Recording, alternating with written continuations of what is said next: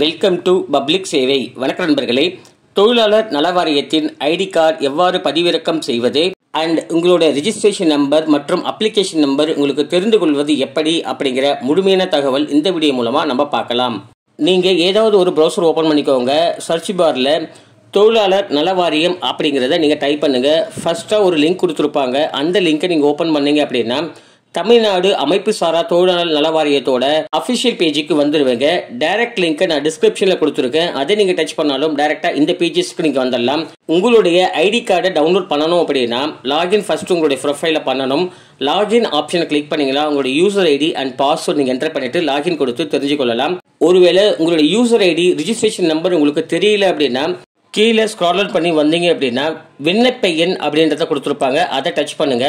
Touch பண்ணிங்கன்னா இந்த மாதிரியான பேஜஸ் ஓப்பன் ஆகும். இந்த பேஜில் நீங்கள் என்ன மொபைல் நம்பர் நீங்கள் கொடுத்துருந்தீங்களோ, அதாவது நீங்கள் அப்ளை பண்ணும்போது என்ன மொபைல் நம்பர் கொடுத்தீங்களோ அந்த நம்பர் கொடுத்துட்டு சர்ச் அப்படின்னு கொடுத்தீங்கன்னா கீழே வந்தீங்கன்னா உங்களுடைய ரிஜிஸ்ட்ரேஷன் நம்பர் உங்களுக்கு காமிக்கும். நீங்கள் அப்ளை பண்ணும்போது ஜென்ரேட் ஆன அப்ளிகேஷன் நம்பர் உங்களுக்கு காமிக்கும். உங்களுடைய ரிஜிஸ்ட்ரேஷன் நம்பரை நீங்கள் நோட் பண்ணிக்கோங்க. ஒருவேளை நீங்கள் பழைய புக் வச்சிருக்கீங்க அப்படின்னா அந்த புக்கில் ரிஜிஸ்ட்ரேஷன் நம்பர் அப்படின்னு இருக்கும். அந்த நம்பரை நீங்கள் நோட் பண்ணிக்கோங்க.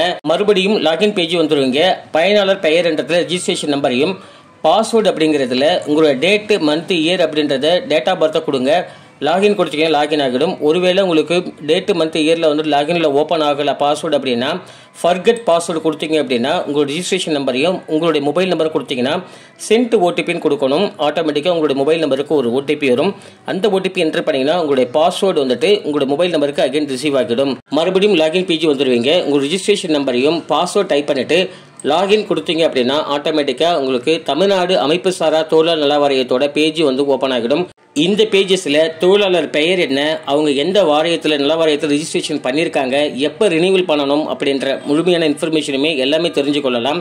இதில் ஐடி கார்டு அப்படின்னு கொடுத்துருப்பாங்க. அதுக்கு நேராக டவுன்லோட் அப்படிங்கிற ஆப்ஷன்ஸை கொடுத்துருப்பாங்க. அதை நீங்கள் டச் பண்ணீங்கன்னா ஆட்டோமேட்டிக்காக உங்களோட ஐடி கார்டு டவுன்லோட் ஆகிவிடும். இந்த மாதிரியான மெத்தடில் தான் உங்களுடைய ஐடி கார்டு டவுன்லோட் பண்ணணும். வேறு ஏதாவது உங்களுக்கு டவுட் இருக்குன்னா கமெண்ட்ல கேளுங்க. கண்டிப்பாக நம்ம சேர்ந்து உங்களுக்கு ஹெல்ப் பண்ணுறோம். தேங்க்யூ ஃபார் வாட்சிங்.